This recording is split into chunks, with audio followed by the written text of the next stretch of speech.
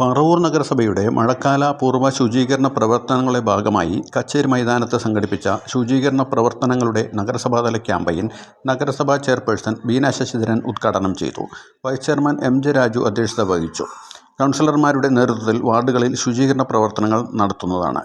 ചടങ്ങിൽ സ്ഥിരം സമിതി അധ്യക്ഷന്മാരായ സജി നമ്പിയത്ത്, അനു വട്ടത്തറ, പ്രതിപക്ഷ നേതാവ് ടി.വി. നിതിൻ, കൗൺസിലർമാരായ പി.ഡി. സുകുമാരി, ലിജി ലൈഘോഷ്, ഇ.ജി. ശശി, ഗീതാ ബാബു, എച്ച്.ഐ. പ്രശാന്ത്, ജെ.എച്ച്.ഐ. മേഘന, അനിൽ എന്നിവർ നേതൃത്വം നൽകി.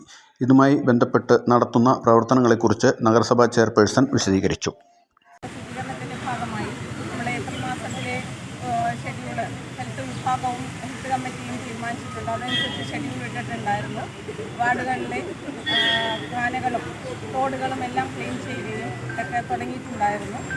അപ്പോൾ 19-20 ഡേറ്റുകളിൽ ഏറ്റവും വലിയൊരു മാസ് ക്ലീനിങ് നടത്തേണ്ടതായിട്ട് സർക്കാരിന് നിർദ്ദേശമുണ്ട്.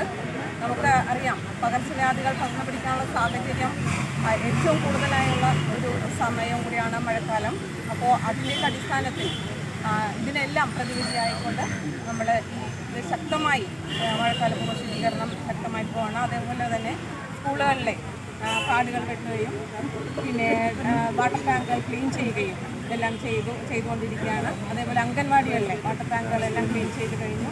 പിന്നെ ഇതിന് ഒരു ബോധവൽക്കരണം എന്നുള്ള നിലയിൽ നമ്മൾ വാർഡ് തലത്തിൽ നോട്ടീസുകൾ നൽകുകയും അതേപോലെ തന്നെ വാർഡ് തലത്തിൽ കൗൺസിലർമാരുടെ നേതൃത്വത്തിൽ നല്ല രീതിയിൽ റെസിഡൻസ് അസോസിയേഷനെയും അയൽക്കൂട്ടങ്ങളെയും തൊഴിലുറപ്പ് എല്ലാവരെയും സംഘടിപ്പിച്ചുകൊണ്ട് കൗൺസിലർമാരുടെ നേതൃത്വത്തിൽ ക്ലീനിങ് ആരംഭിക്കുകയും ചെയ്യുകയാണ്. ഇതിനുശേഷം അപ്പോൾ ഈ മാസം 30-ാം തീയതിക്കുള്ളിൽ തന്നെ ക്ലീനിങ്ങുകളെല്ലാം തന്നെ ഏറ്റവും ഭംഗിയായി നിറവേറ്റുന്നതാണ്.